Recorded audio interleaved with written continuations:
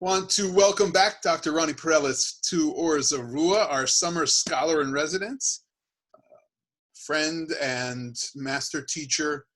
He began last week with lectures putting into context the experience of the Jews of the Iberian Peninsula. And I'm not going to take any more time before we get right back into it. And we really do really treasure this time we've already had and look forward to this lecture and the next one. Dr. Perelis, welcome back to Ors Arua, as some have extended those greetings already. And please take us away and get us back to Spain. You have to unmute yourself. I'll do that. Thank you, Rabbi Bolton, and thank you, Ors Arua community. I came out of my, I came downstairs last week buzzing after our meeting last week, and your questions were really insightful. You were picking up on some really, really important issues, to a great extent, relating them to some of the contemporary realities that we're dealing with, but also the larger realities and issues and challenges and opportunities that Jews have faced throughout their history. And I think when you're able to go into a deep dive and really look at things closely, you can see the ways that the past and history is not like today. You can see the ways that it's very specific to a very specific time and specific people and conditions. But then you also see, wow, but it does relate to this, and it can help me understand that, and it does give me a sense of context. And what, especially for me personally during these times, history sometimes is a comfort, because you realize that people have gone through some very, very, very difficult things in their lives, and whole societies and cultures have gone through deep traumas, and they've emerged and they've transformed and they became other things, and they became powerful and creative and vibrant. So I'll that's kind of a bit of a frame for tonight.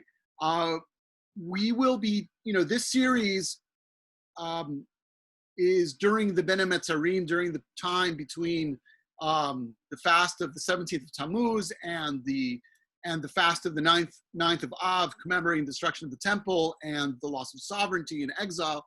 And so it's taking a bit of a darker turn than what I normally like to do. I gravitate often more to the brighter spots in Jewish history. Many of you know that there's that Salu Baron, the first chair of Jewish history at Columbia, had a vision for Jewish history that he saw as a counter narrative to the way Jewish history was being developed by his predecessors in the Wissenschaft movement in Germany. And he said, we don't always have to talk about the lachrymose. We don't always have to talk about the sad things, the destructions and the exiles and the persecutions. Jews did all sorts of things. Jews were doctors, Jews were artists, Jews were great merchants, and Jews had lives, and they did all sorts of things in, sometimes during those persecutions, in between those persecutions. And so we should celebrate those brighter spots as well. But there are limits to the use of that approach. And tonight we're going to actually refer to one of his great, maybe perhaps his greatest student, Yosef Yerushalmi, who certainly carried on that tradition. And at the same time, you can't read his work and not have your eyes opened to the difficulties and the challenges of Jewish history. So there's always this tension. I think it's more fruitful to always live in that tension than to go on one side or the other. So on some level, I'm explaining and apologizing for being a little bit darker than I normally go, but that's how it is. So last week, our main focus was getting us to 1391.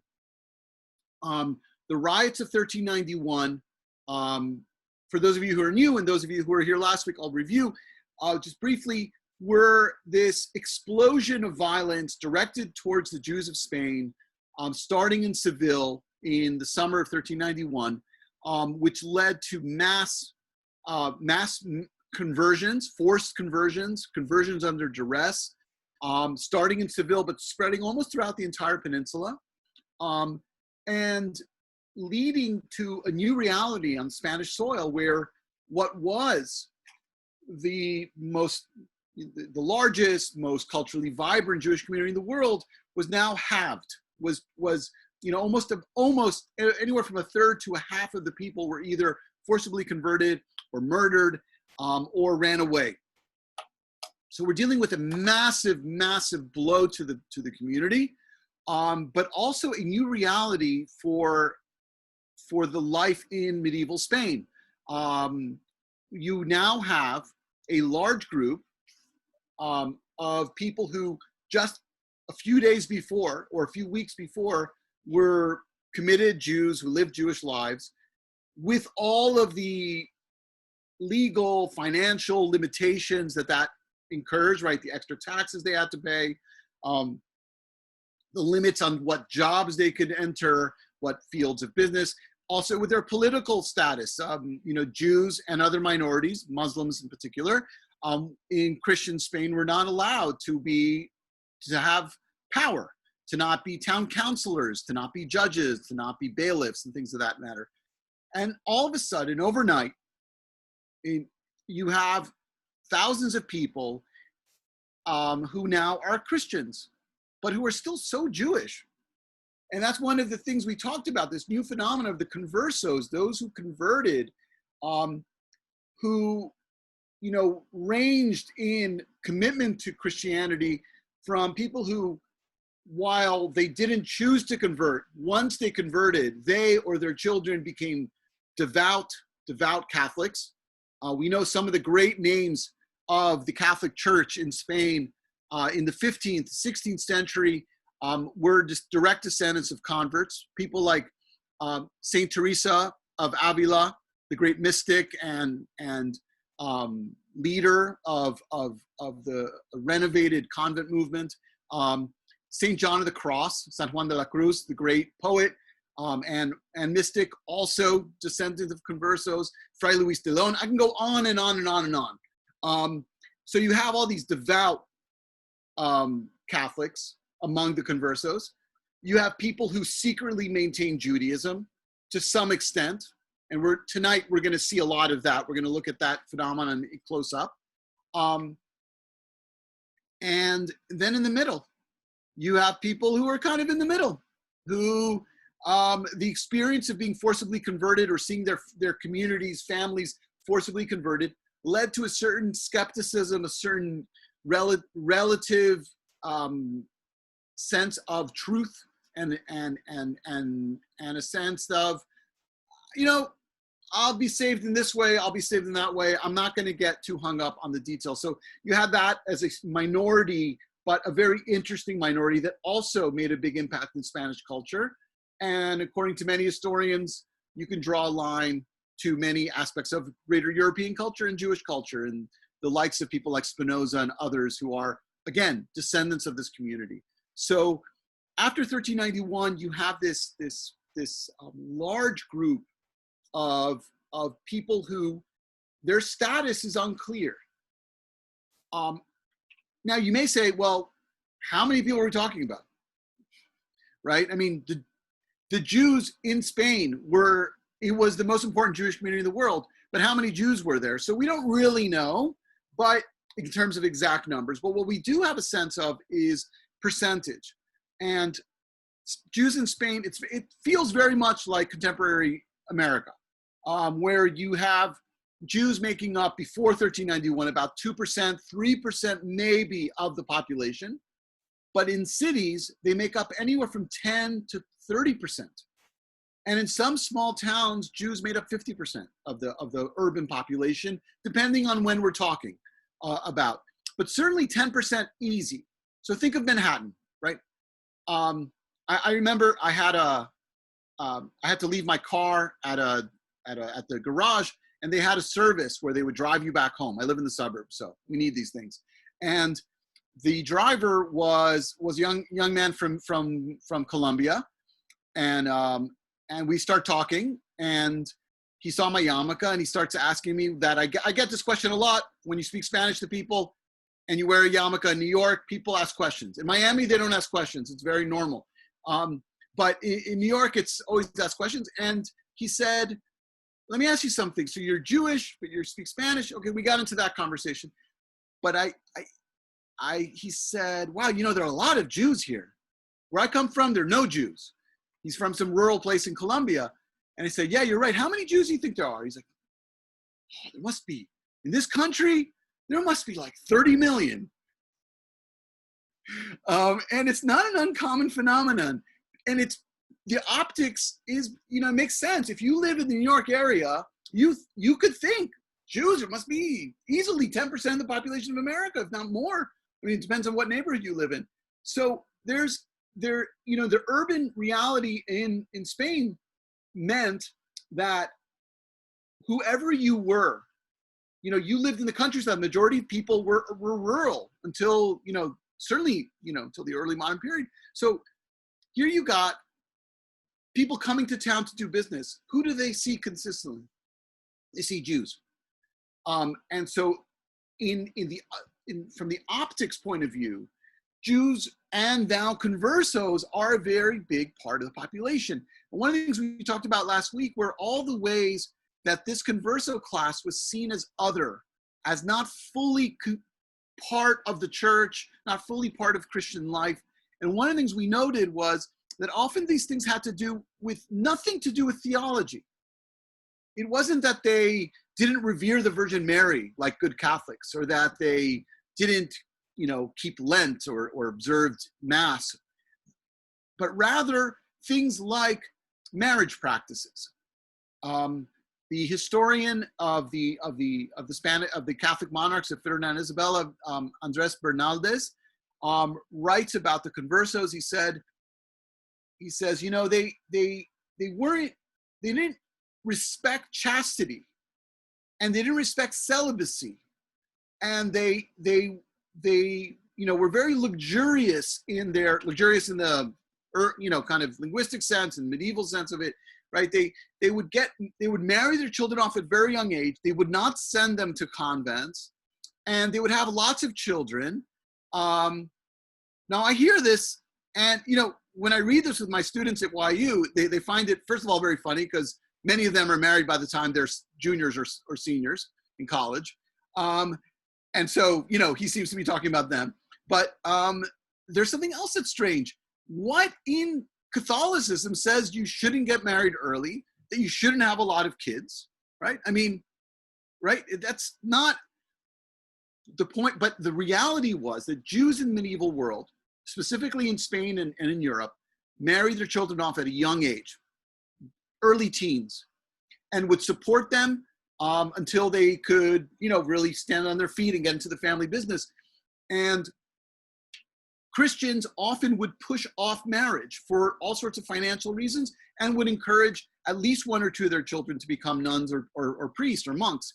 And that was a form of maintaining spirit, certainly among rich people, a way of ensuring that the inheritance would not be too small, right? So you can encourage, you know, you would have one or two children that you would split up the inheritance, and then others would go to the church. Okay, I don't want to get off in this tangent, but from the Catholic point of view, these conversos were not acting like Catholics. They were doing things just like the Jews do. And this extended, as I mentioned last week, to food. You know, that they fry eggplant and garlic in olive oil, and use a lot of garlic, and they avoid ham. Again, if someone would say, as a Catholic, I don't eat ham because it's forbidden in the Torah of the Jews, of Moses, that is apostasy. That is heresy. That you'll get arrested and interrogated and brought before an audit of the faith. But if someone would say, well, I just don't like ham, I don't have, you know, there's no problem with that. That's not theologically problematic. But again, from the optics point of view, if you're not in that community and you see these people, you see people who go to church, who no longer keep Shabbat, who no longer do those things, but they're not like us. And more deeply, and this is going to come up later in our discussion of crypto-Judaism, they don't marry us. Now, there are plenty of examples, certainly of the higher class, of very rich conversos marrying into nobility in Spain. So much so that there was a pamphlet that circulated, very popular. It was kind of the National Enquirer of its day, called the Green Book, that showed the genealogies, the tainted genealogies of the most noble families of Spain. And it was a way to take down the nobles and say, oh, they think they're so good. Look, they all intermarried with conversos. They're all Jews. Even Ferdinand, right? Ferdinand and Isabella was supposedly descendant of a convert who married into a fancy family. To think of one more, contemporary parallel, when I was watching Downton Abbey, if anyone is a fan, the Cora is from a Jewish family, a wealthy department store owning Jewish family from the Midwest, who then marries into this cash poor noble family in England. That reality, again, is something that you would see in medieval Spain happening, and people would try to cover it up. Okay, so that happened on the upper levels. On the lower class, it's not going to happen because peasants working on farms, Jews didn't do that. That wasn't going to be a normal contact. It was going to happen in the middle point. And there it did often happen. But the bourgeoisie, merchant class, the kind of mid-level finance and merchant class, would marry their children to each other to solidify business contacts. And this is going to become very important. So you end up having conversos marrying other conversos very often because of socioeconomics. And that, again, creates a sense from the outside that these conversos are not really like us. So I want to just remind us of one other thing. I'm going to go to share my screen for a minute here.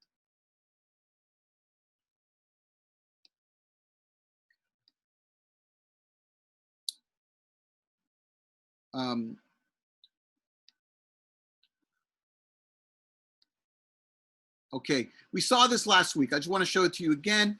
So this is a book of genealogy proving, you see this line here, limpieza de sangre, purity of blood. And this is a rule that developed after a revolt in Toledo against the town council that was majority converso, in an attempt by the old Christians, people who call themselves old Christians as opposed to new Christians, who wanted to block the new Christians from attaining power. So they kind of recreate all the laws against Jews, but now on new Christians, and creating this whole category.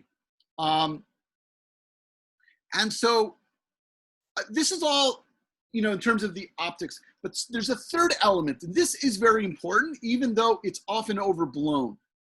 And that is religion and theology and belief. Because we know that of the conversos, there were those, certainly in the first generation, but even later generations, who kept Judaism on some level. It's not clear what that could mean. For some people, it was a belief, something along the lines of a belief in being saved in the law of Moses. Now, that doesn't sound very Jewish. It's a Christianized version, right, of a Jewish sentiment, right? Yes, we call it Torah Moshe, right? The law of Moses, the teaching of Moses. But we often don't talk about being saved in things, right? That's a very Catholic sort of view of things. You need to do certain things to be saved.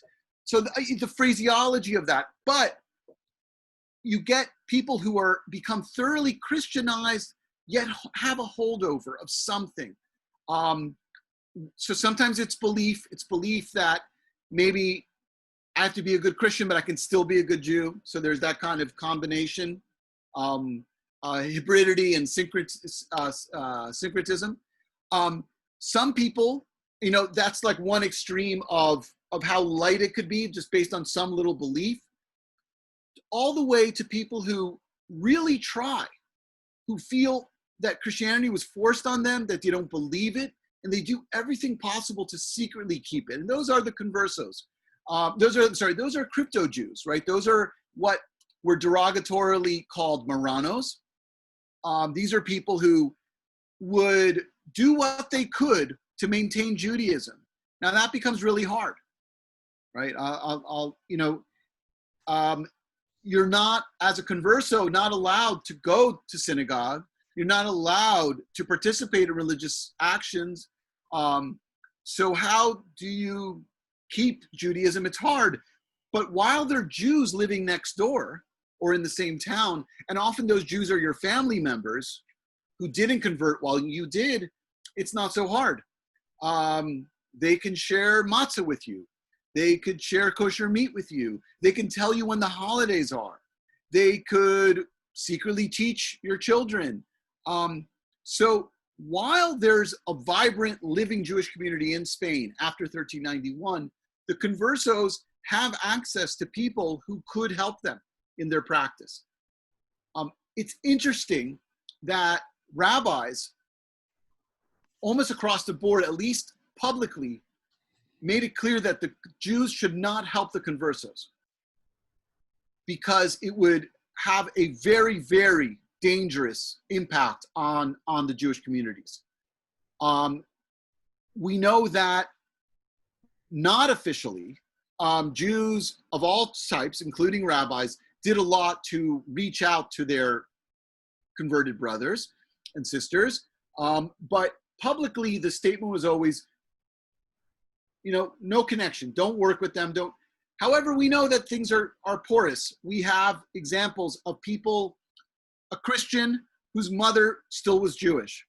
When the mother dies, this Christian man, converted man, gives money to the synagogue in honor of his Jewish mother, right? We have wills of people. What do they bequeath to their children? Some Jewish, some Christian. So, the families still maintain themselves, and that was part of the cycle that would allow crypto-Judaism to continue for those who wanted it. And this became part of the issue because every once in a while, the authorities would discover a converso who actually was maintaining Judaism, was doing a seder secretly in his basement, a woman who was going to the mikvah or going to the river, but with communication and teaching from a rabbi or from practicing Jews. So that relationship that goes back and forth became a real problem.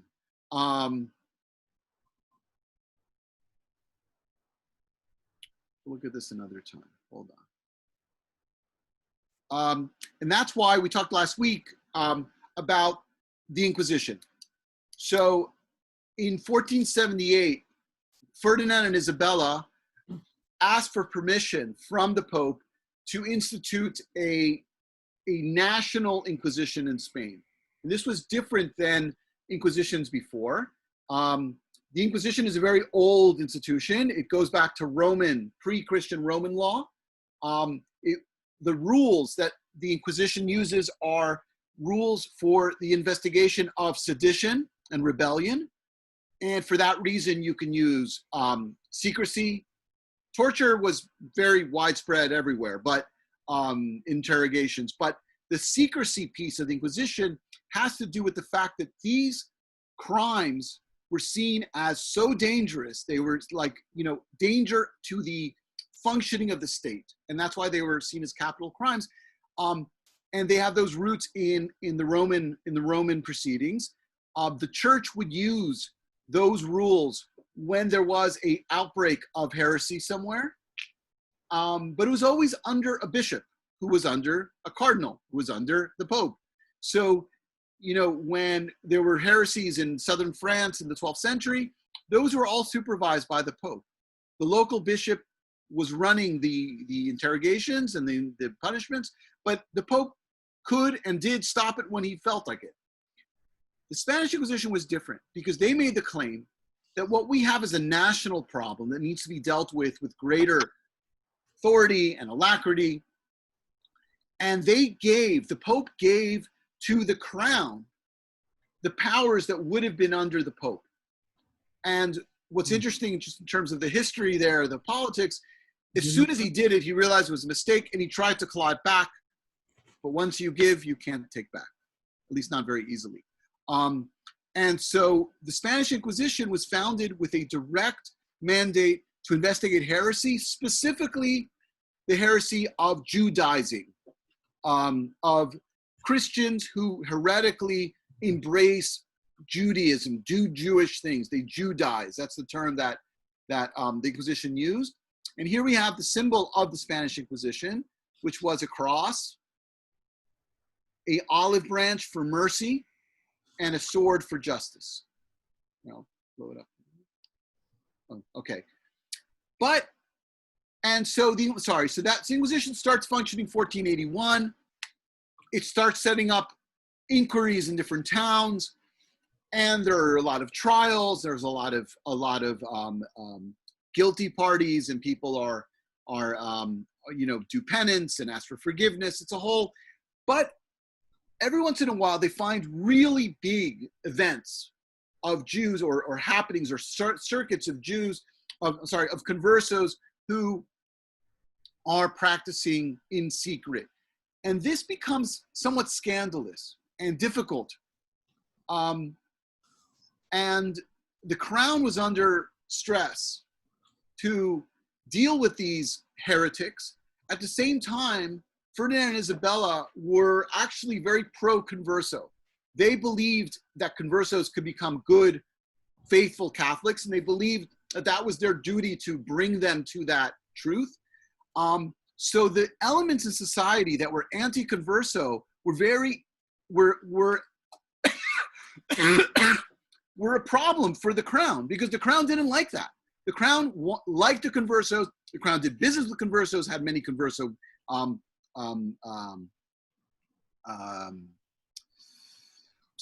advisors, and conversos went up the ranks of the church.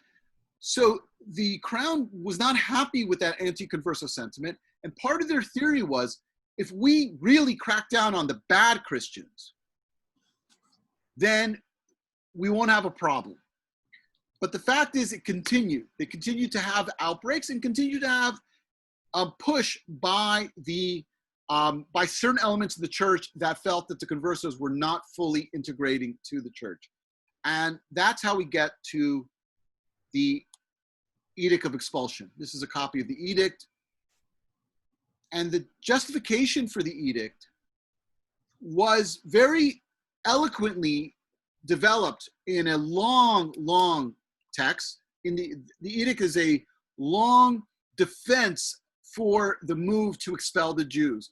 And I think it's somewhat unique, and I think it speaks to the fact that the Jews have been there for so long, and that it was a big deal. It's a big deal to just kick out this community that has basically been very faithful to the crown from the earliest days. And to do so was a big move. And so they had to justify it. And their justification was, in fact, I'm gonna read it for a second, because it's just very sharply worded. And I think let's pause this share. I'm gonna do another share. Stop share, go to another text. And I'm just going to read it because, okay. Notwithstanding that we were informed of the great part of this before now, and we knew that the true remedy for all these injuries and inconveniences was to prohibit. You know what? Maybe I'll share. I think it's better. Realizing now as I'm reading this, I'm going to share it, right? That makes more sense? Okay.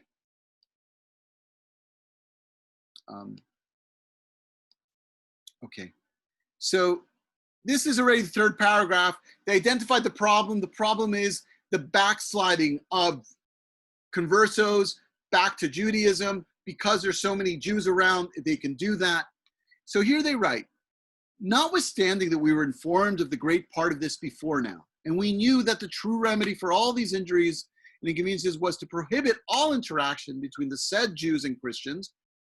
It's interesting to note that the crown does not call the conversos. It doesn't call them new Christians. It calls them Christians. When you read the anti-converso writers, they almost always called them Jews. They don't even call them new Christians. They just call them Jews. So again, it's a statement of how they see these people, which is important to notice. So, and banish them from all our kingdoms. But we desired to content ourselves by commanding them to leave all cities, towns, and villages in Andalusia. So they explained that, look, it was clear that the best thing to do to stop this problem was to kick them all out. But we don't want to do that. So we tried this plan. Let's have them move out of the cities in the south. Let's see what happens. But it continued. It wasn't sufficient. And since we were informed that neither that step nor the passing of sentences of condemnation against the said Jews who have been most guilty of the said crimes have been sufficient to obviate and remedy this,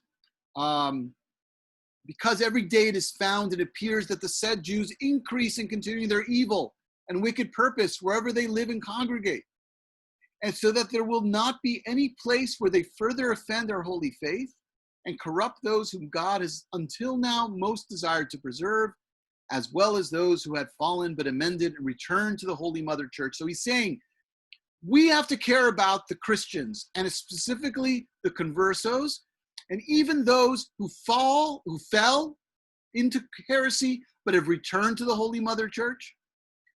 And here, obviously, the Jews attracting them to heresy is a diabolical factor. They feel that the only thing they can do is banish the Jews from the kingdoms. And then they explain legally, and this also underpins the medieval nature of this document.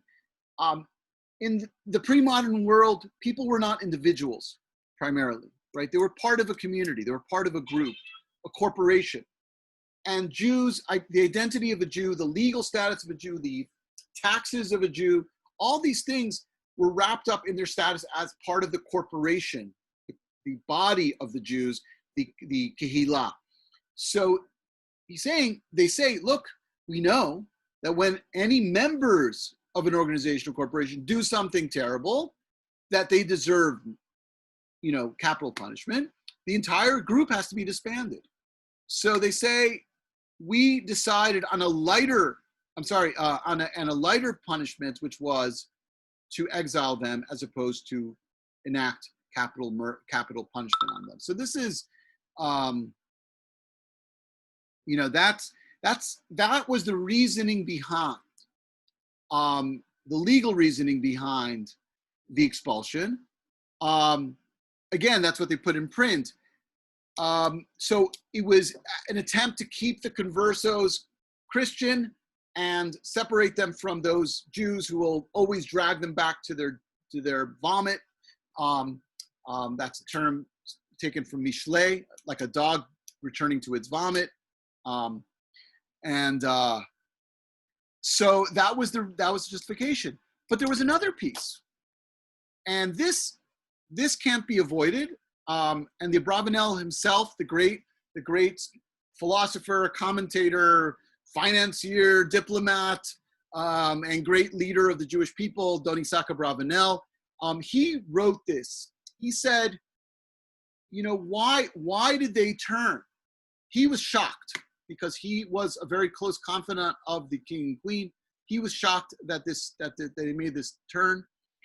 And he says in one of his commentaries, he goes back to that moment, and he says, it was religion.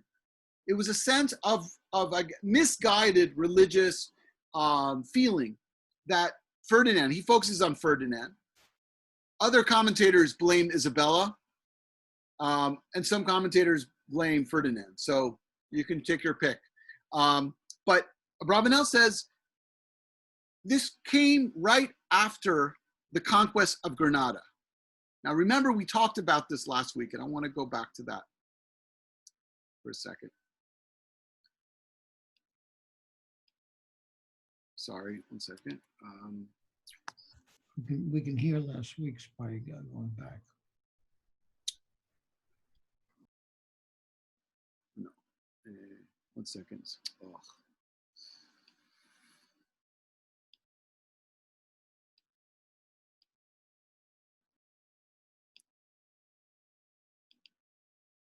Okay, so we talked about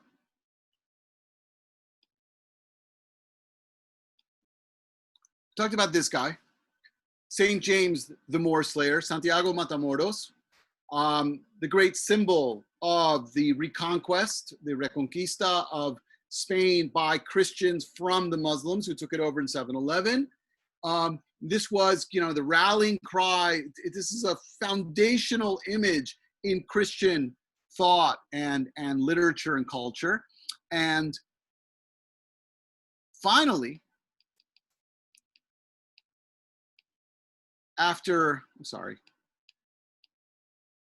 finally, on January 2nd, 1492, the Catholic monarchs, given that title after this conquest, Ferdinand and Isabella, triumphantly walked through the gates of the last Muslim power center in Spain, Granada, and were given the keys of this town by the last Muslim king of Spain, Boabdil. And they entered the Alhambra Palace.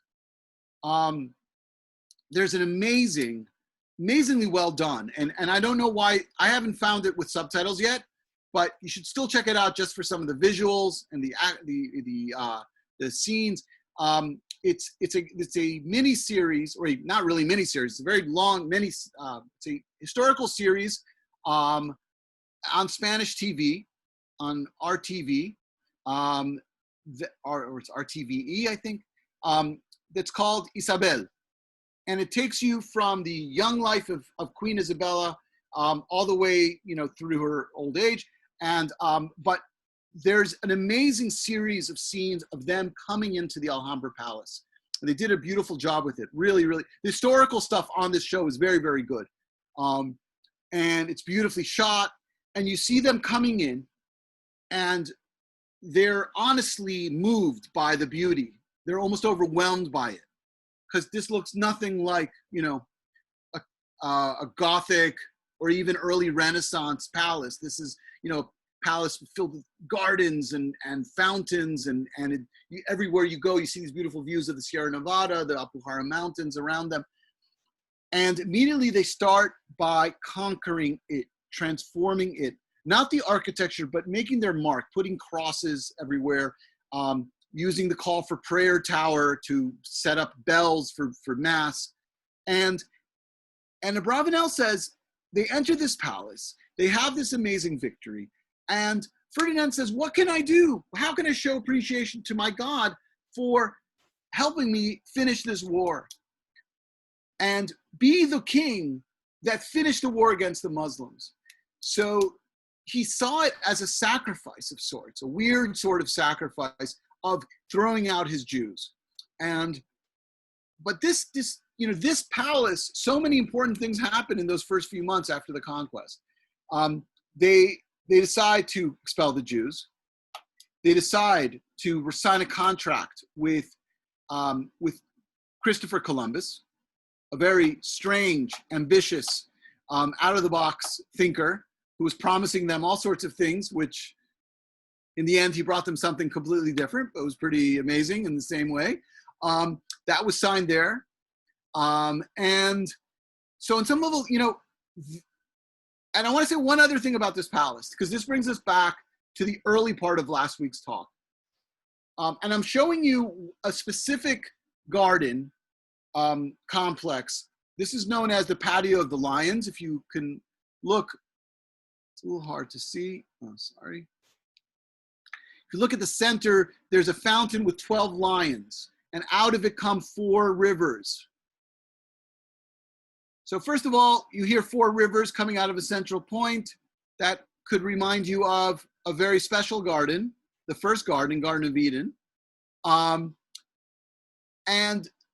the myth is, or the urban myth is, that this palace complex was the palace of none other than Shmuel Hanagid, otherwise known as Ismail ibn Nagrala, who was not only an amazing poet and great Talmid Chacham and leader of the Jewish people, he rose to become the vizier of the Kingdom of Granada in the 11th century.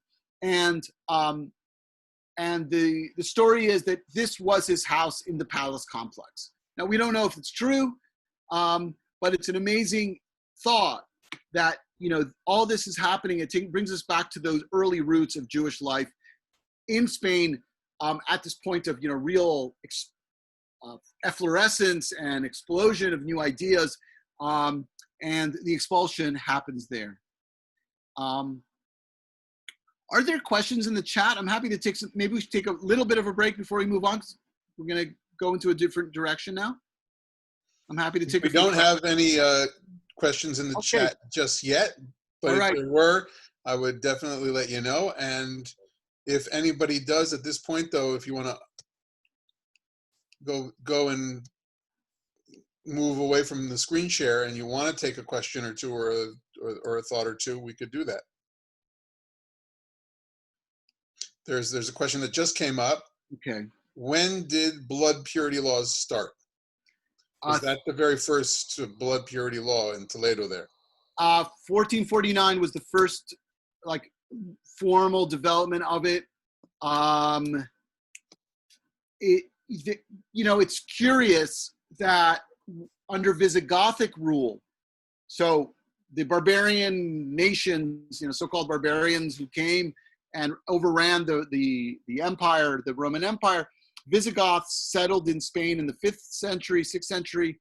Around the late 6th century, if I have my dates right, they embraced Catholicism. They were Christian before, but they were Arian Christians, kind of a more funky version, and a little bit more open format. But they embraced Catholicism, and around that time, they start really being pretty harsh with their Jews, and there are bouts of forced conversion. And interestingly enough, we find that they enacted laws after those different spasms of forced conversion, saying that those converts can't do everything. Like all these limits on the converts, just like we have, 1,000 years later. It's hard to say that the people promulgating them in Toledo in 1449 knew anything about that, but it's curious. Something in the wine. Yeah. And then just before we move on, talk about this moment in history. The last of the Muslim emperors and areas is conquered. They walk through the gates, and instead of telling the Muslims to leave, they tell the Jews to leave. So did all the Muslims already run and we didn't have to worry about this? What happened to the Muslim population really is a part of that question, I think. And again, did he equate the Jews with the Muslims as two kind of others, or were they a little different in their minds? Great, really great. It's a very important part of medieval Spanish history, because obviously there were more Muslims in Spanish territory than Jews, right? You're dealing with a much larger population. So what happened? So officially, when they overtook Granada, they promised the Muslims would have freedom of religion. Now, this was the policy of Christian kings as they overtook more and more Muslim territories. The Christian kings in Spain mirrored the Muslim treatment of non-Muslims. So, the sort of the idea of the dhimmi that, if you don't want to convert, you just have to follow these rules, and we're going to take over your most beautiful building and turn it into a mosque, and we're the guys in charge. But as long as you pay taxes and know that, you can stay and be fine here and do whatever you want, and please make money and pay us taxes. We love that. The Christian kings took the same approach, which, according to Catholicism, I don't think, so to speak, I don't think they asked any shilas, because, this wasn't the policy of the Catholic Church. Catholic Church allowed for one minority, which was the Jews. And that has a whole sordid history and why Jews are allowed and how they're allowed. But Muslims would not fit in that category. Muslims are infidels, and would either have to leave or convert. They wouldn't be able to stay. And yet in Spain, because of the makeup of those wars, they were often very piecemeal, and just the nature of the cultural and socioeconomic reality in Spain was such that when a Christian king conquered a town, the Muslims were given rights. They were allowed to live there, they were allowed to practice their religion, but it was a new game in town. The mosque, which would have been the biggest church, the biggest building, was turned into a church. The great here, this building that we looked at last week. Sorry for hope it's not too dizzying. This is the inside of the great Mosque of Cordoba, which was turned into the Cathedral of Cordoba. And in fact, it's been a real a point of tension in Cordoba that has a large recent Muslim population. The Muslims have asked the bishop if they could have Friday prayers there. And the bishop told them that they can come for Mass. And they've been very vigilant, kind of like what you see on the Temple Mount, where the Wakaf doesn't want Jews to pray. So the Christians have been doing that in Cordoba. Whenever they see a group of Muslims kind of gathering, they disperse them. It's a very weird thing. He also did something that forever, this building, even though it's been a cathedral since 1236, has always been called La Mezquita, the mosque. All the tourist signs, La Mezquita, go that way, go that way. The bishop, after this spat about the Friday prayers, he had the city change all the signs to the cathedral.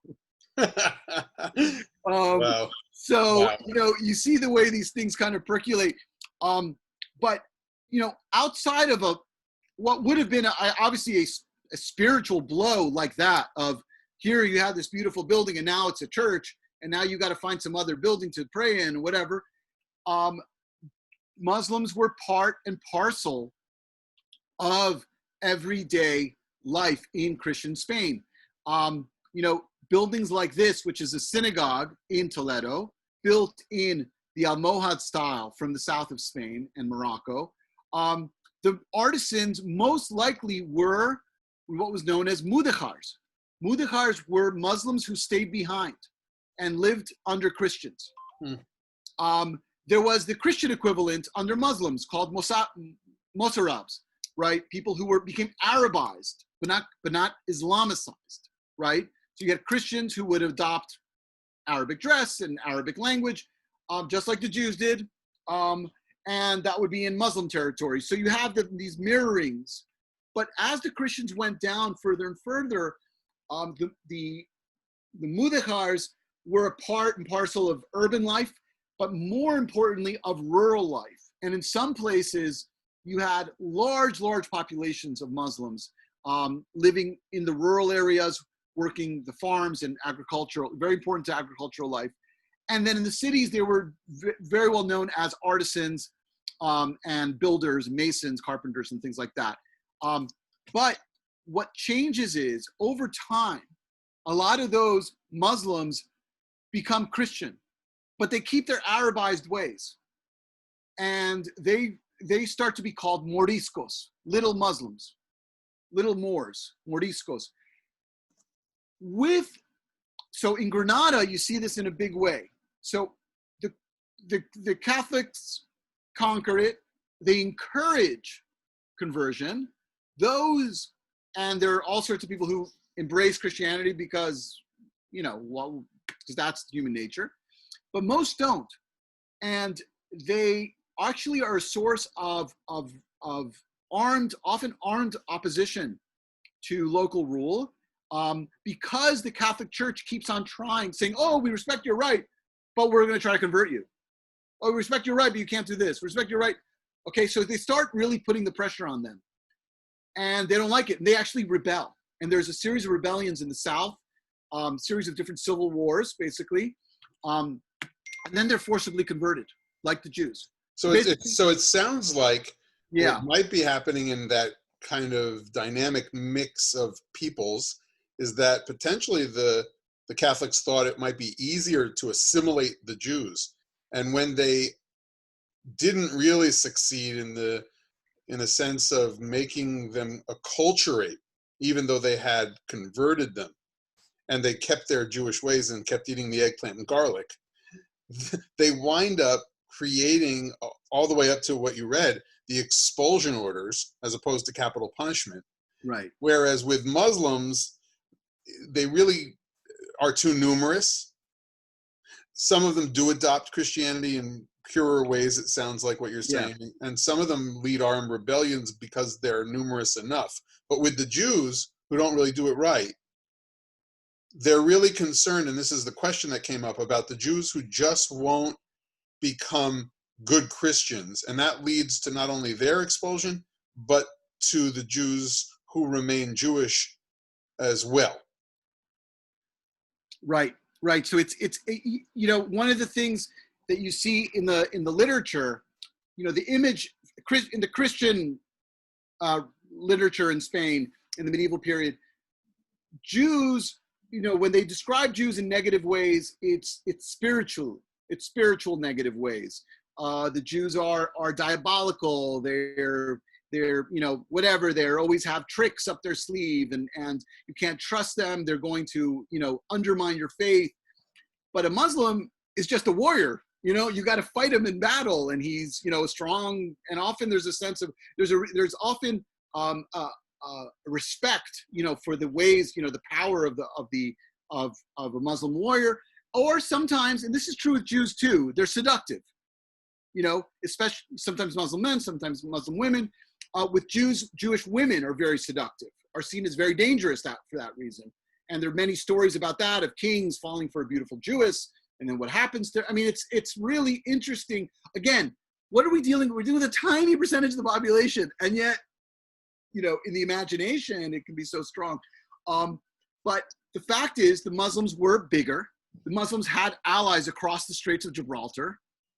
By the time of the expulsion, when those wars are happening in the south of Spain between the forcibly converted Muslims and the Christians, the Ottoman Empire is trying to encroach on the Spanish in the Mediterranean, and there's all these pirates fighting each other in the Mediterranean, right? So, you know, there's these bigger geopolitical and military issues that change things. And so it's a different phenomenon.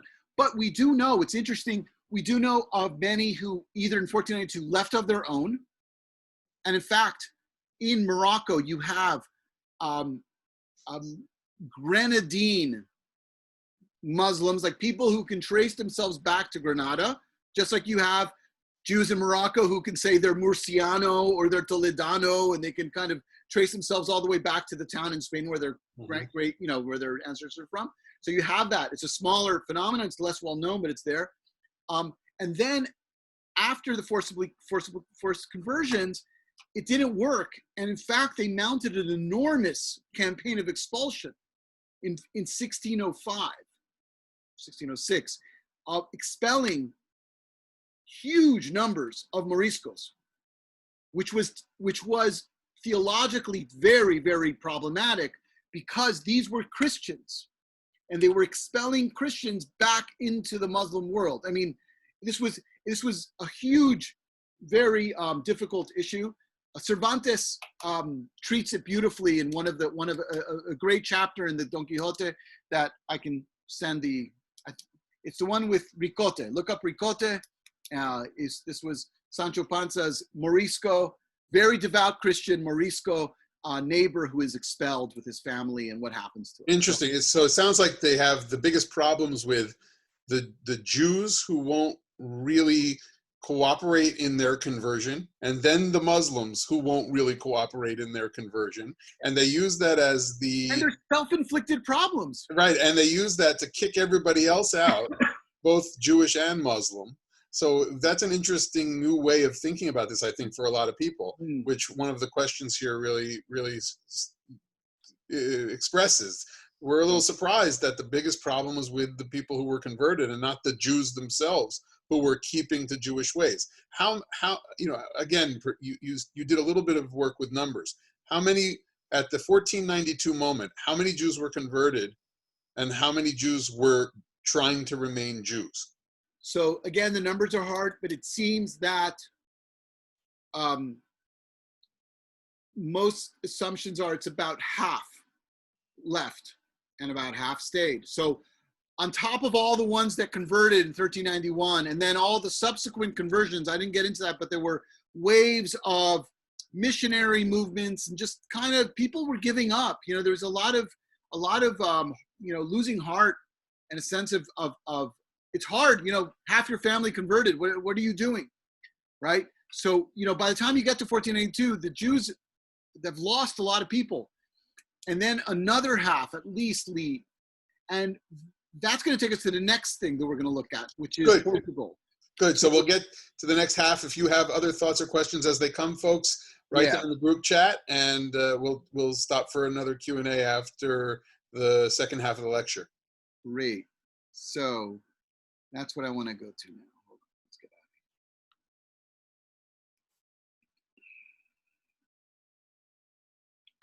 here.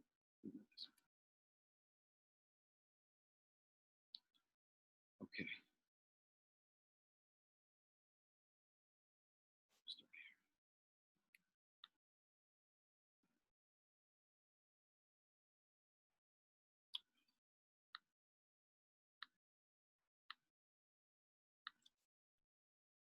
Lovely. Okay, let's start here.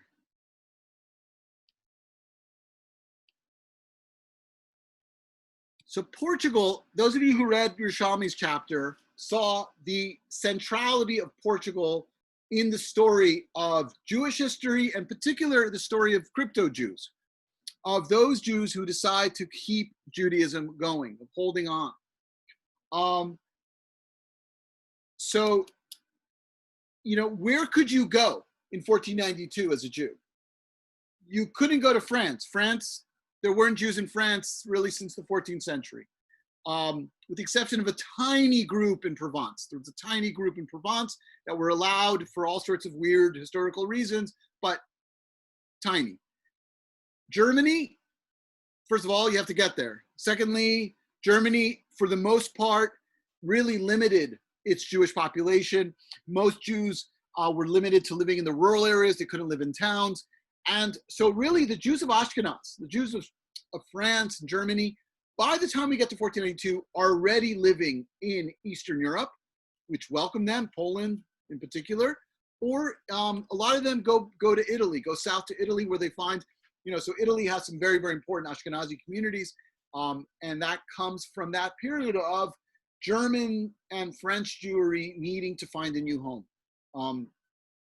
So that's not going to work. You can go to Italy, and Italy actually was a very desired place for cultural reasons, for economic reasons. The language is very similar. There were a lot of, mercantile opportunities, but you have to get there. You have to get on a boat. Like, we don't appreciate, right? Like what it means, the dangers. They were desperate, so people could take advantage of them. Who was going to protect them? So we have terrible stories of people being, sold into slavery and abused on these boats and all their money taken from them. So that was hard, but a lot of people went to Italy, and from Italy, we see the movement further east to the Ottoman Empire, which actually becomes the real heartland of the Sephardic diaspora to a great extent. It's the place where Spanish as a Jewish language continues and turns itself into Ladino, this language which is, has its roots in Spain, but transforms itself over hundreds of years in the Ottoman Empire. And so that's, Jews going all the way further east. And then of course to Morocco, North Africa. But that was hard. It wasn't an obvious choice to go to North Africa because Jews no longer were Arab speakers in Spain, right? That was a 200-year-old, almost almost for about 100, 200 years, most Jews in Spain stopped speaking Arabic. So the language wouldn't have been easy. Culturally, economically, they found some success in some towns, and that's why in Morocco there are so many Sephardic Jews. But the Moroccan Jews were there from before. So the easiest place to go is over the mountains to Portugal. And there's a reason for that. First of all, it's a different kingdom, different rules. They didn't have the same issues with conversos. They didn't have the same issues with they didn't have an Inquisition. So, but there's something else. This is a picture of Lisbon. What do you notice here? Right? You notice boats. You notice a big port. Before 1492, before Columbus, the Portuguese, right, have been itching to get out and discover. The Azores, these little islands in northern Atlantic, 1431. Madeira, 1419. The Canary Islands, which were then taken back by Spain, all right? Cabo Verde, 1444.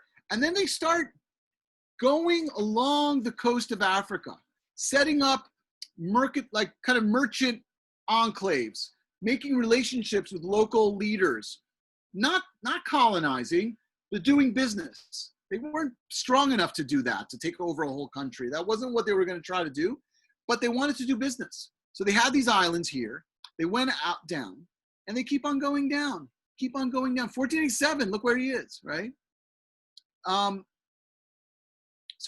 So they are engaged. It's a tiny little country engaged in a very large scale global, what will become global. At this point, it's not global, but it's very, very large and spread out, economic, mercantile enterprise. But it's a country that is mostly rural, with a very strong church, and a very strong aristocracy, and a very tiny middle class. Now, the rural people may gravitate towards being sailors and fishermen, things like that. The upper class doesn't want to actually do the dirty work of getting on a boat and maybe, being capsized and attacked and all that and losing everything, but they do want to make money. So they need someone who will take care of the actual sailing, take care of the risks that are involved in financing these things, and take care of all those networks, right? So they need a middle class, and they have a very small middle class before 1492. But this is a burgeoning empire. And so when the Jews come, the king requires that they can pay a very large sum to enter. And the reason, besides just wanting to get money up front, the reason for that was because he wanted a certain type of person to come in. And so the Jews who come there, first of all, it's the biggest number. The biggest number of Jews to go anywhere is, and they think it's about 100,000 Jews, came to Portugal. And they set themselves up in the major ports, but also, and this is a very important part of the Portuguese Jewish story, along the border with Spain, all the entry points. And that was for much smaller, more humble, but still very significant trade between the two places, especially illicit trade, trying to avoid taxes and stuff like that. So they move in, but something happens.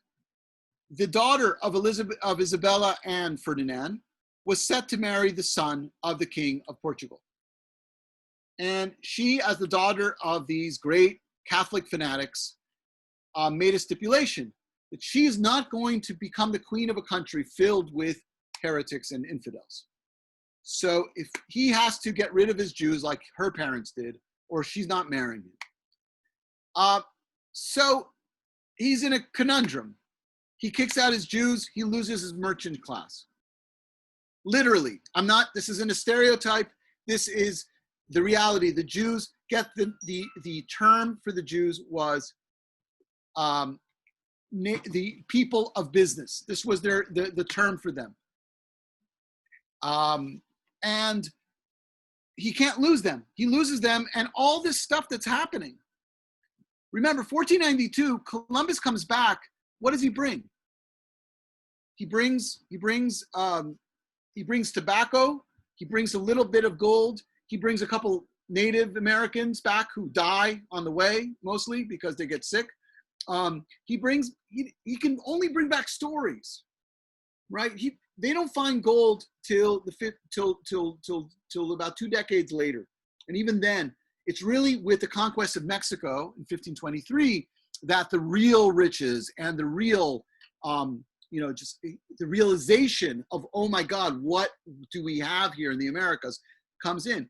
But in this point, this is where they want to go. They want to go around Africa and go to India, go to China, go to the Spice Islands, and come back. That's where the real business is. Vasco da Gama does that in 1498. And so to lose those Jews would be very, very bad. So he does something which is completely against Catholic doctrine. It's not the first person to do it. He forcibly converts all his Jews. Now, how he did that, the mechanics of that, are hazy. But there's an excellent book by Francois Sawyer, an excellent historian living in Australia, and who deals with it piece by piece. It's a phenomenal book. I'm very, very humbled by what he's able to do there, explaining how it happened. But mostly it happened by trickery, by the king telling people to go to certain ports where boats will be waiting for them, and then in the place where they were waiting to get on the boats, saying, oh no, they're not here yet, and then starving them till they accept baptism, or just throwing holy water on them. But the important thing is, 1497, they are forcibly converted, the entire community. You can imagine, I don't know if you can imagine, every single person you know who's a practicing Jew, tomorrow is a practicing Catholic.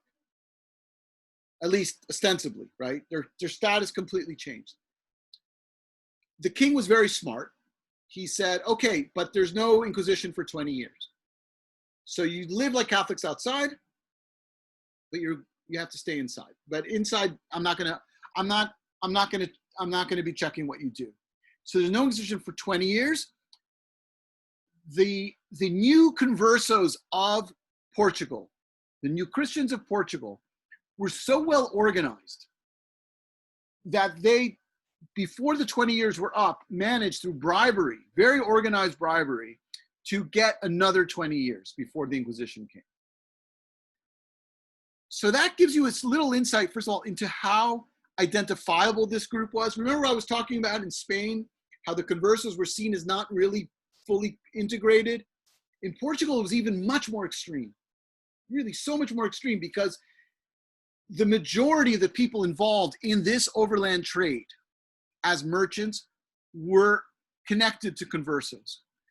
There were exceptions, there were very important exceptions, but it's like we're dealing with 90%, 80% were Jews. So the merchant class, the small, kind of the urban, also people involved in kind of like urban light intelligentsia, pharmacists, notaries, all that's very often also of converso origin. So again, you marry among yourselves. And in these types of large scale mercantile projects, you do that even more. Because I want to know that the ship of pepper that I sent from Goa, okay, a ship full of pepper that I can make millions and millions and millions of dollars on, is going to make it to Lisbon and not be circumvented and taken to Ceuta or some other place where it can then be offloaded and I lose all my money. Now, there's no guarantee, but if my brother-in-law is on that boat and maybe my cousin from the other side is waiting for it in Lisbon, there's a greater chance that my pepper will be sold and I will get my money. And that it won't be stolen and taken away from me, right? So there's a greater chance. It happens all the time, and that's part of the problem. But okay, so here we go. We have this class of people who are marrying amongst themselves, identified by everyone else as very different, who have 40 years where they're not harassed by the Inquisition, but everything comes to an end. And the Inquisition does come to town. It's hard to realize it. If you go to Lisbon as a tourist, this is a very beautiful plaza by the river. And like all beautiful, great plazas in central parts of the Iberian world, they were also where Inquisitions out of the phase happened, and where, all sorts of terrible things happen.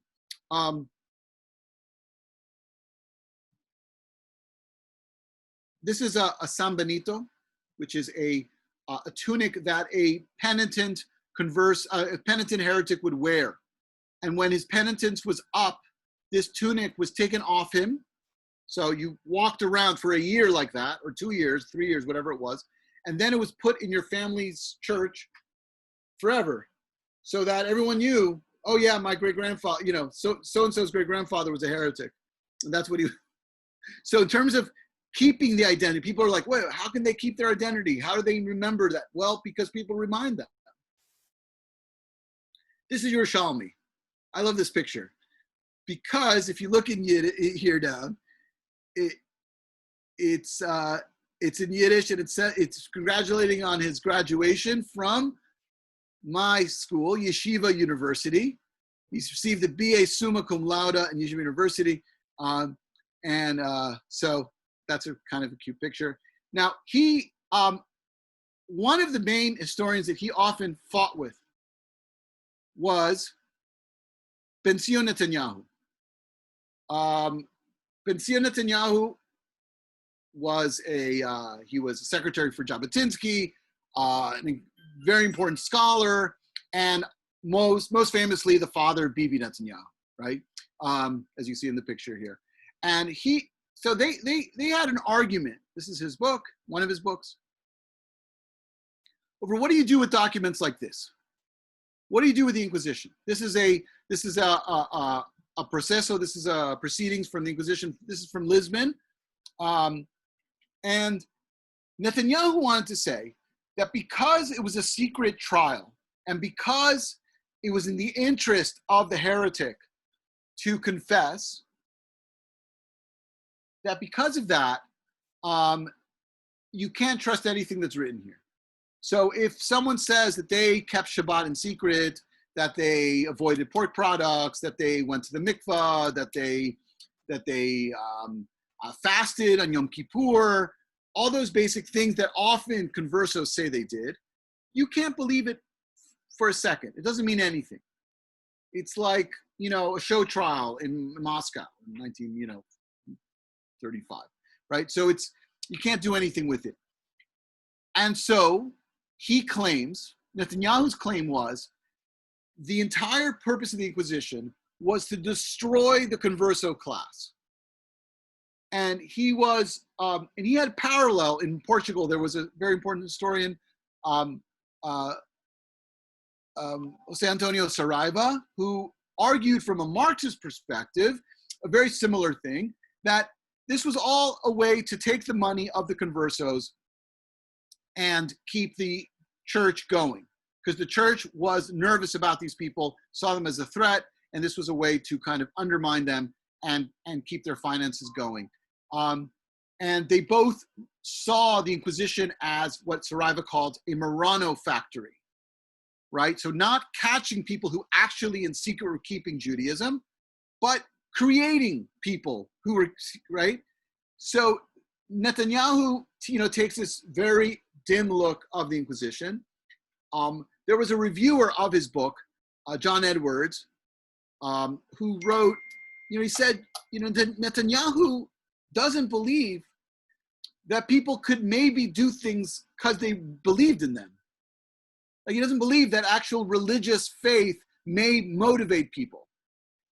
And, I always found that interesting as a critique. And there's a lot of critiques you can make, but that critique in particular is interesting because we do know that for all of the mendacious and corrupt inquisitors, we know there were many that they were very honest and scrupulous, and they often, would crack down on abuses in their institution and really, tried to see the institution in a different light. So you have everything. But Yerushalmi's argument against Netanyahu, which I have more sympathy for. I think it's a more useful way to look at this whole material. The question is, because, I'm sorry, one other thing about Netanyahu. So subsequently, he wants to say the conversos en masse couldn't care less about Judaism. They were not part of the Jewish people. They didn't care about Judaism. They didn't care about Jewish practice. They were full Christians. And Yerushalmi says you need to have a more nuanced view of what it means to be Jewish. It's not just, I pray 3 times a day, I put tefillin on, I only eat glot meat, I only do this, I'm like a complete recreating of my Judaism. You have to appreciate the context. In the context of crypto-Judaism, to be a Jew, to be Jewish in this crypto-Jewish way, could mean that I fast once a year. It could mean that I hold on the hope that the Messiah is coming, and he's first going to come for the conversos and then save the Jews, which was a belief found in a group of conversos in Spain a generation after the expulsion. Right? So I'm using that as an example. Also, it doesn't allow for reading between the lines. And, when you spend time with these inquisitorial documents, there's a lot that's very rote. And then you see these things which just break. And you realize what you're dealing with something else. Now, I don't think he's right about many cases, right? I mean, the majority of the cases, it's very hard to know a person, because you can't know a soul from a text. But I think that there's a lot of cases which show us the complexity of this phenomenon. And one of the things that Yerushalmi does in his book, he focuses on 2 brothers. And it's very interesting, again, from a contemporary point of view, the Cardozo brothers. And these were 2 people in Spain who were fully assimilated. They were the Spitz. Right? These guys, they were friends with the greatest playwrights. They had connections at court. One was a renowned doctor. One was a poet. They had the best educations in the world, everything. And then they start encountering people who treat them differently because they are of converso origin, who don't give them jobs. And it's very clear why they're not getting the job or the position. And this starts to get them thinking. So is the anti-Semitism which gets them thinking about their Judaism, not the other way around. And that is common. That's a common reality that we see. We see people who were not interested in Judaism. They get arrested by the Inquisition, and then they get the hell out of Spain, and they go to a place where they could live as Christians unmolested.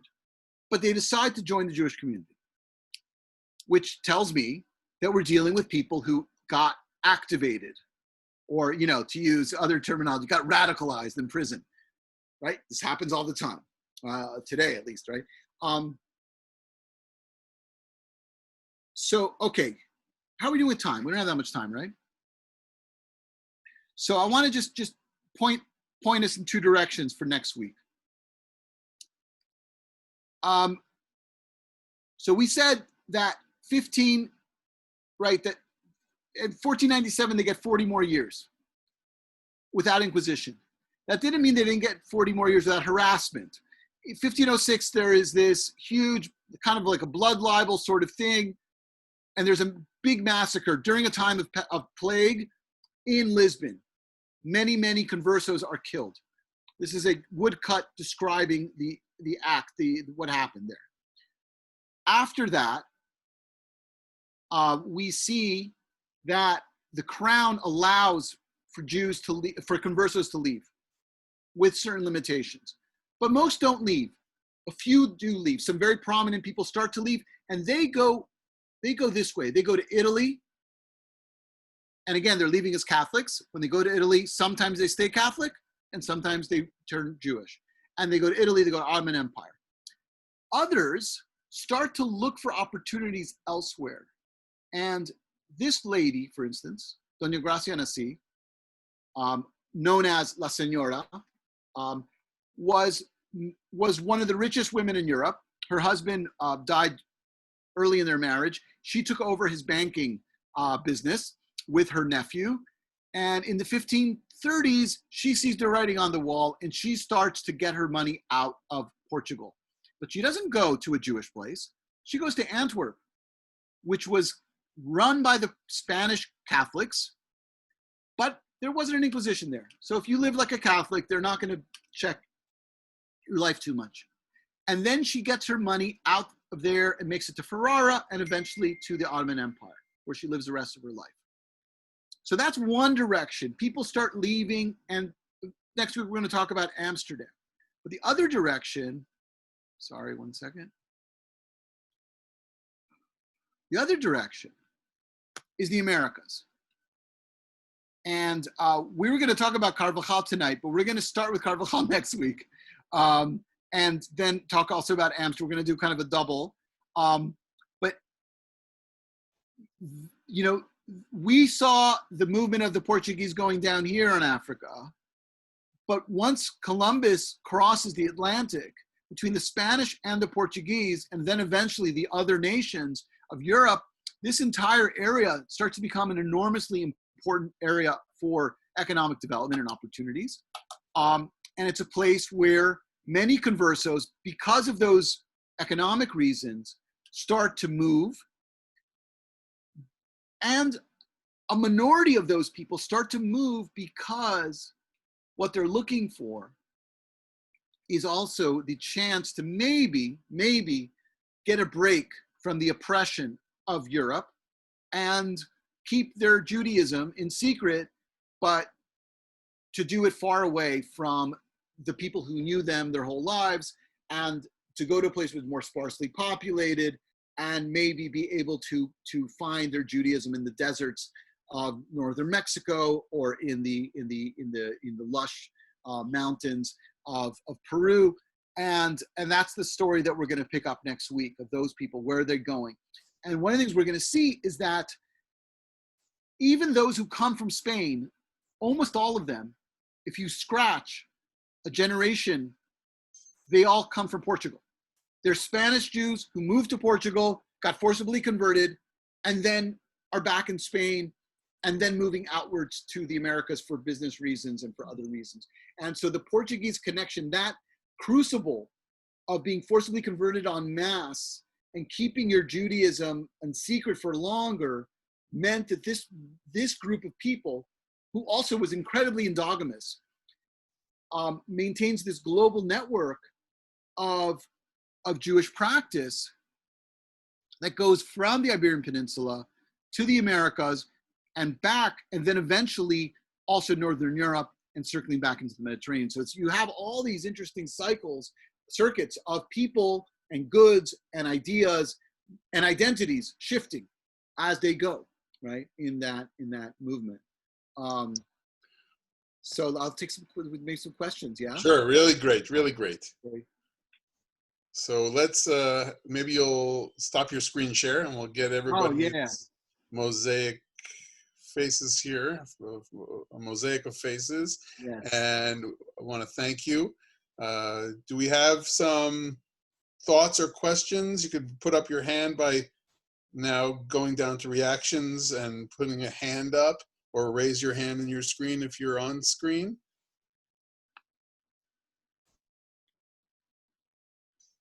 Do we have a question or a thought here?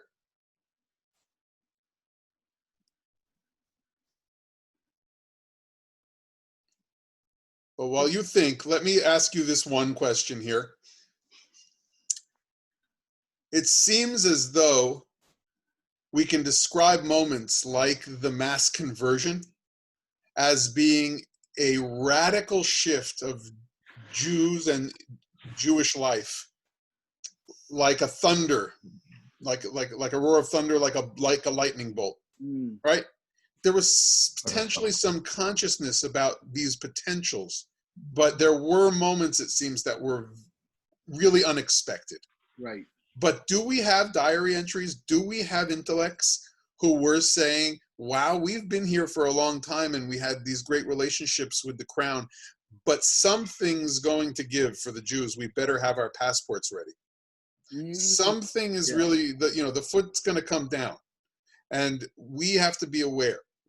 Do we have documentary evidence for intellectual thought in that regard? Ad kadei kach that we would be expelled or we would be converted en masse at this new location?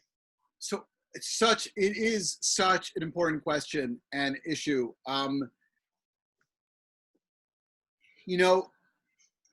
We have people after 1391, for instance, who leave. The Duran family. It's a great family of Dayanim and Poskim, who moved to North Africa. Tzemach Duran and the people who follow him. They left. It's unclear if they left because they were forcibly converted and they got out, or if they just in the tumult they decided to leave. But we see the first waves of people leaving Spain in a major way after 1391. The first Spanish Jews to come to the Middle East in large numbers is after 1391, for instance. But we don't see them calling, oh, we got to get out of here. We got to get out of here. Partially because moving was a very big deal. It's really hard for us to understand, especially I think for New Yorkers.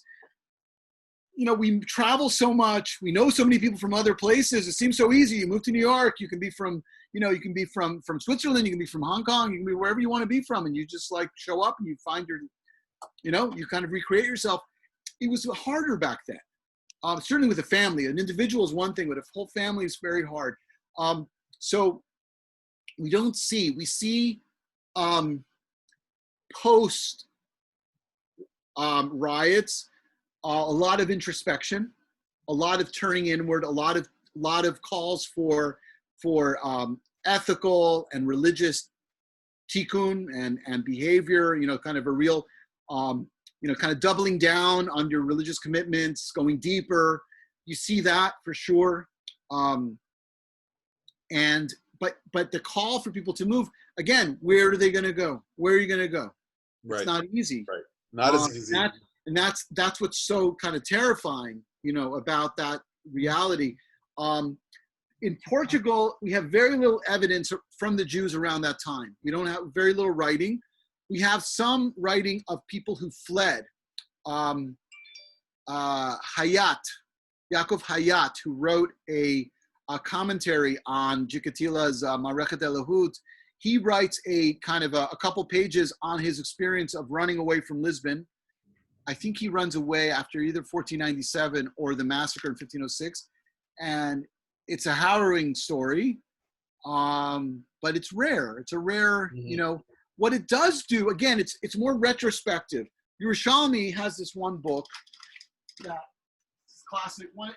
It's one of the most well-known of his books. This is the danger of being by your bookshelf. I know. As a scholar. Zachor. You found it. Yeah, Zachor. This is a collection of essays, meditations on Jewish history and Jewish memory. And he starts with this period, and he says, something happened after the expulsion, that we see this flowering. It's pretty short. It's about a couple, like 2-3 generations, a flowering of Jewish historical writing. Mm-hmm. Before that, Jews commemorated things. They memorialized things, right? They wrote piyutim honoring the martyrs of, the Crusades or whatever it could be. But they didn't write history like we think of history. But post-expulsion, we start seeing people writing history that looks like history. Very good. Why is that? Very good. So let me just, to close the night here, encapsulate 2 questions that I saw. And Barry and Bobby, if I'm not getting everything that you wanted to have covered, let me know. But we had a request earlier from Benjamin about bibliography and sources that would help us understand the cultural realities, the architectural ones, the historical realities, and for coming from a Jewish intellectual point of view, of course, in addition to potentially that cosmopolitan style mix that we sense you presented earlier. So we'll ask you for a bibliography before we part ways next week. Please, I'd love to send that out. And there was a question about the scholarship in the Pirates of the Caribbean and other more popular books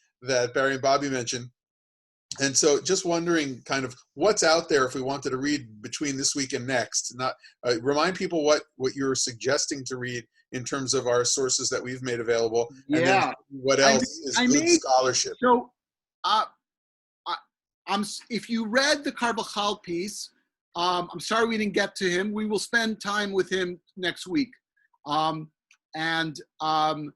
It's a primary source. It's often a strange source, but it's a fascinating, it's a one-of-a-kind book. It's a book, written by a crypto Jew living under the Inquisition. He writes it while in between his first arrest and his second arrest, which means when he's arrested and they find it, it ends up in the archives.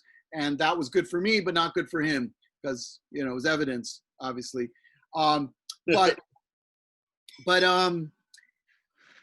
I originally had for next week, I may change because depending because of just where we're going. I will think of something. I'll send something out. I'll come up with a few things, by tomorrow, and I'll send some things out. With the Pirates of the Caribbean, that book, the Jewish Pirates of the Caribbean. Yeah.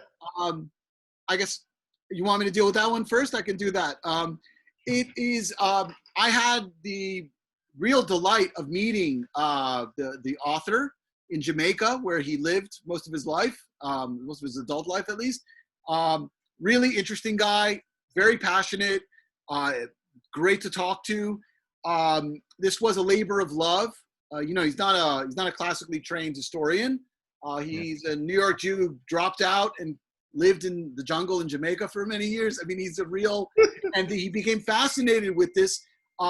So his book is a little bit hard to assess because his footnotes or whatever they are, he did a ton of research. But the main problem with his book is that he conflates the fact that someone might be a converso, and then he just calls them Jewish, right? So someone is of converso origin. I just spent 2 nights talking about why that identity is a very particular identity, which can mean a lot of things. And the idea that that person is Jewish is problematic. Well, it was all right for the inquisitors in 1492. Exactly. So not today. It's kind of like using those terms. And like the one pirate that he uses, who's really Jewish, Solomon Palachi, who's, not only Jewish, he was a rabbi, he was this and that. He was like everything.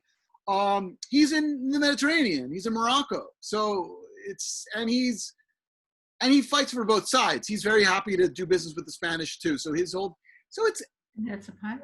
I think I'd read it as a primary source of late 20th century Jewish imagination, and which, he made it very clear. He found in these people images of strong, iconoclastic Jews who found a way to get back at their oppressors. That's a great way of thinking about it. It's just not what the people we're going to talk about this week and next week. They had no problem working with the Spanish and the Portuguese if they could. If they could make money and not get caught, they were fine with it. Great. Well, listen, we will circulate any kind of readings that you're looking to have us do, and in addition to hopefully a bibliography of authoritative sources that we can trust and that don't just fit into that wonderful imaginative 20th century Jewish historical imagination category, but again may have kernels of truth, as some of those do, right? Yeah. You've given us, Dr. Perelis, this evening definitely a way of thinking about Eile Mas'ei V'nei Yisrael, Asher Yatsu Me'eretz Mitzrayim.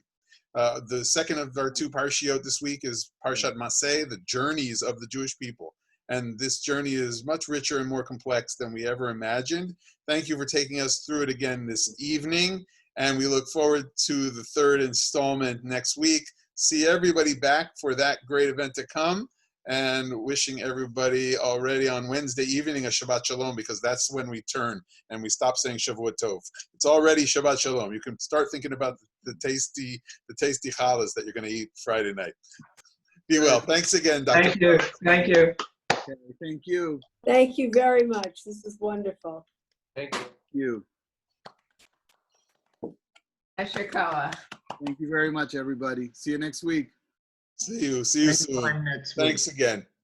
Fantastic. So much. It was fascinating. Ronnie, talk to you soon. Yes, excellent. Thank you. I'm going to put together a few things. Okay, thanks. Great.